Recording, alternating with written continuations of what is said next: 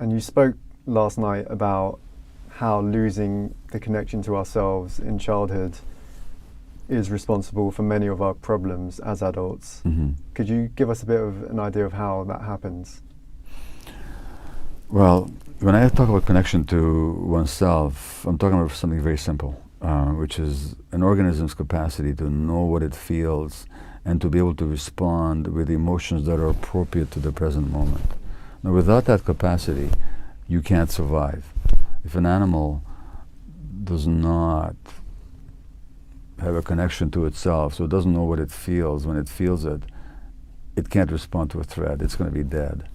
Same with human beings throughout our evolution. So when I talk about being connected to ourselves, I'm talking about actually knowing what we feel and experience in a given moment and being able to interpret that appropriately. Without that capacity, we're lost. Now, we're born with that capacity. You never met an infant who's not connected to their gut feelings. By the time you talk to adults, you find many people who even have their gut feelings, they ignore them. So that something happens between infancy and adulthood that disconnects us. Now what is that? What that is the need for acceptance by our environment.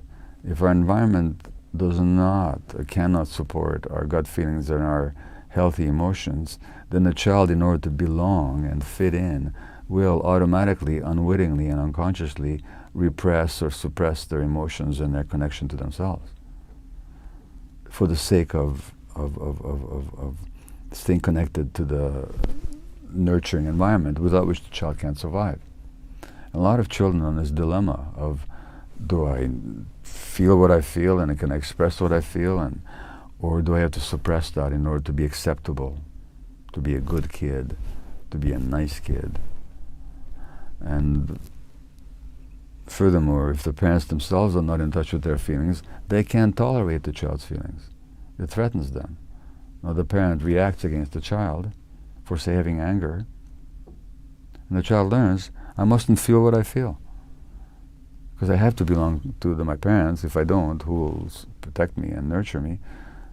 Automatically, we disconnect from ourselves just in order to continue to be looked after. It's a tragic choice. It's not even a choice. The child's not aware of making a choice. It's an automatic process. Then we get into adulthood, all of a sudden we say, I don't know who I am. Especially it happens to people in midlife. They realize they've been living lives that were not their own lives at all. And they're wondering, why did I do all this? They did all that because they got disconnected. Now furthermore, you go into an economy where there was a study out of Canada 2 days ago, 80% of males in Canada said that they were stressed by their jobs. And so the economy needs people that are going to do meaningless jobs with drudgery or circumstances that are really intolerable, but they'll put up with it. So that there's a confluence of the needs of the economy and the way we parent kids.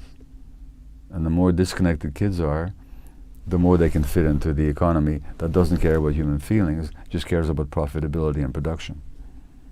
And so it's just a cycle that keeps going.